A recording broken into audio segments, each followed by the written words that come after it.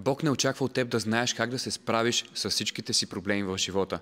Той очаква от теб да му се довериш, че Той вече е промислил за теб. В книгата на Исаия той казва, че неговите помисли не са като нашите помисли и неговите пътища не са като нашите пътища. Често Бог допуска ситуации в живота ни, в които не знаем как да постъпим и дори понякога се питаме защо въобще това ни се случва.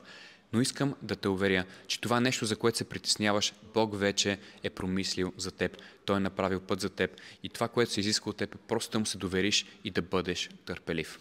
Бог е добър баща и няма да остави тези, които се надяват на Него. Можеш да му кажеш: Боже, предавам тази ситуация и този товар на Теб.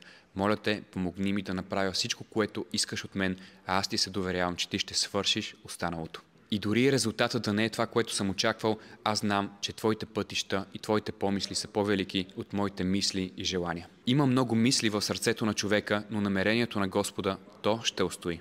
Напиши в коментар думата доверие, харесай видеото и последвай профила за още подобно съдържание.